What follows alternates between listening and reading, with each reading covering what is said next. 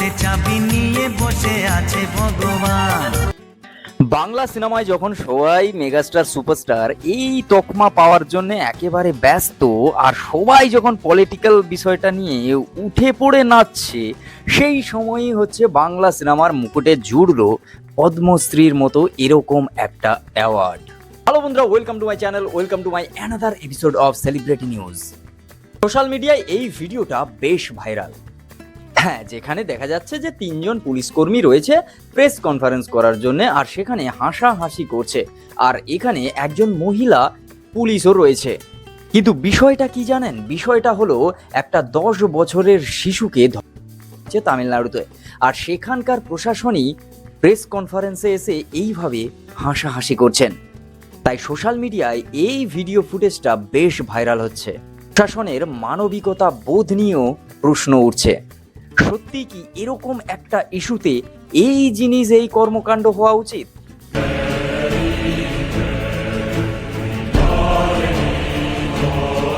এদিকে আবার বাংলা সিনেমায় সবাই যখন পলিটিক্স নিয়ে ব্যস্ত, সবাই যখন রাজনৈতিক দলের দিকে যেতে ব্যস্ত, সেই সময় বাংলা সিনেমার মুকুটে আরো একটা নতুন সম্মান যুক্ত হলো, পদ্মশ্রী অ্যাওয়ার্ড। হ্যাঁ, প্রসেনজিৎ চট্টোপাধ্যায় তিনি পেলেন পদ্মশ্রী অ্যাওয়ার্ড, যার জন্যে শুধু বাংলা ইন্ডাস্ট্রি নয়, পুরো ওয়েস্ট বেঙ্গল প্রসেনজিৎ চট্টোপাধ্যায়ের জন্যে গর্ববোধ করছে।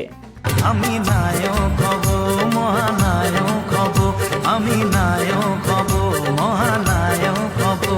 আর সঙ্গে সঙ্গে এদিকে আবার আমাদের দাদা, হ্যাঁ, সৌরভ গাঙ্গুলির বায়োপিকের শুটিং বেহালার ঘরে শুরু হয়ে গেছে। মানে এখন শুট করা চলছে সৌরভ গঙ্গোপাধ্যায়ের ছোটবেলার কাহিনী, বেড়ে ওঠা তার বেহালার গলিতে, কিংবা তার বাড়িতে, বা তার ছোটবেলায় ডোনা গাঙ্গুলির সঙ্গে প্রেম, সেই বিষয়গুলো এখন চলছে শুটিং। এইসব ছবি সোশ্যাল মিডিয়ায় আসতেই কলকাতার মানুষ এখন ভালোবাসায় আমাদের বাংলার রাজকুমার, আমাদের বাংলার দাদা সৌরভ গাঙ্গুলির বায়োপিকের কথা শুনতেই পুরো সোশ্যাল মিডিয়া এখন ভাইরাল মোডে রয়েছে।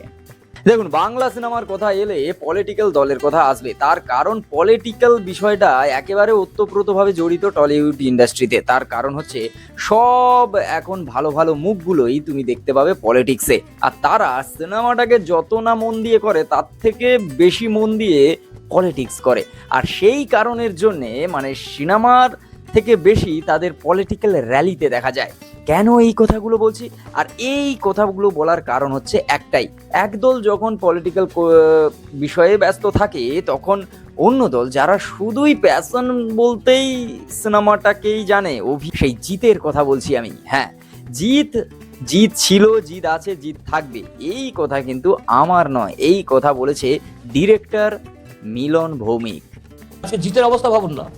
আজকে জিতে যে একটা ছবি রিলিজ আজকে 6 মাস থেকে পিছিয়ে যাচ্ছে, পিছানোর পর পিছিয়ে যাচ্ছে, রিলিজই হচ্ছে না ছবিটা। আর হল পাচ্ছে না, কারণ সে কোনো রঙকে পছন্দ করে না। জিতের হাল কি ফিরবে? মানে এই মতো জিতের হাল কোনোদিনই শেষ হয়ে যায়নি। জিতই ছিল, আজও জিত আছে, আগামী দিনও যতদিন কাজ করবে ততদিন জিতই থাকবে। এই তো ছবি রিলিজই করতে পারছে না। এখন রিলিজ হবে, এখন তার রিলিজ হবে এবং খুব ভালো চলবে।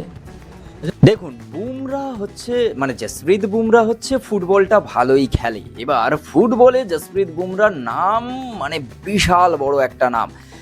কেন এই কথা বলছি তোমরা শুনে হয়তো আমাকে পাগল ভাবছো, না না, বিষয়টা তা নয়। এই বিষয়টা নিয়েই চলছে সোশ্যাল মিডিয়ায় এখন কন্ট্রোভার্সি। তার কারণ রামচরণ তেজাকে যখন হচ্ছে একটা অনুষ্ঠানে তাকে জিজ্ঞেস করা হয় রোহিত শর্মার কথা, তাকে জিজ্ঞেস করা হয় বিরাট কোহলির কথা, তাকে জিজ্ঞেস করা হয় MS ধোনির কথা, তখন তিনি ভালোভাবে সুন্দরভাবে বলেন। কিন্তু জসপ্রীত বুমরার কথা জিজ্ঞেস করাতেই তিনি তাকে ক্রিকেটারের বদলে ফুটবলার বলে ফেলেন, আর সেই ফুটবলার বলেই তিনি হচ্ছে ফেঁসে গেছেন বস। তবে পরবর্তীকালে তিনি গিয়ে সোশ্যাল মিডিয়ায় টুইট করে জানিয়েছেন এবং ক্ষমাও চেয়েছেন তিনি জসপ্রীত বুমরার কাছে। And Jasprit Bumrah. Jasprit Bumrah ji, I am your biggest fan. I love football and आप फुटबॉल को इतने आगे बढ़ा रहे हो। Love you sir. যাই হোক, আজকের ভিডিও এই পর্যন্ত। যদি ভালো লাগে like, comment, share and subscribe my YouTube channel. তুমি যদি ফেসবুক থেকে দেখে থাকো, পেজটাকে অবশ্যই ফলো করো। দেখাচ্ছে খুব তাড়াতাড়ি নতুন একটা ভিডিও। আর হ্যাঁ, সেলিব্রিটি নিউজ তোমাদের কেমন লাগছে অবশ্যই সেটা কমেন্ট করে জানাও।